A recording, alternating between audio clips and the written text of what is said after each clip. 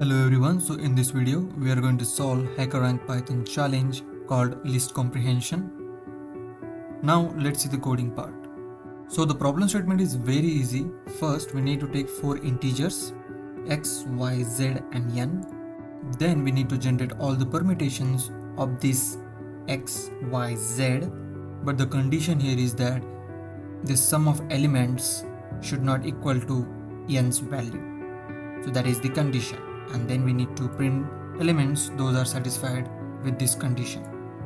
Here you can see we are taking 4 integers, then we are using 3 for loops to generate all the permutations, but the condition here we are using the element sum should not equal to n, and if this condition is satisfied then we are simply printing all the permutations, and when we run this code all the test cases will be satisfied.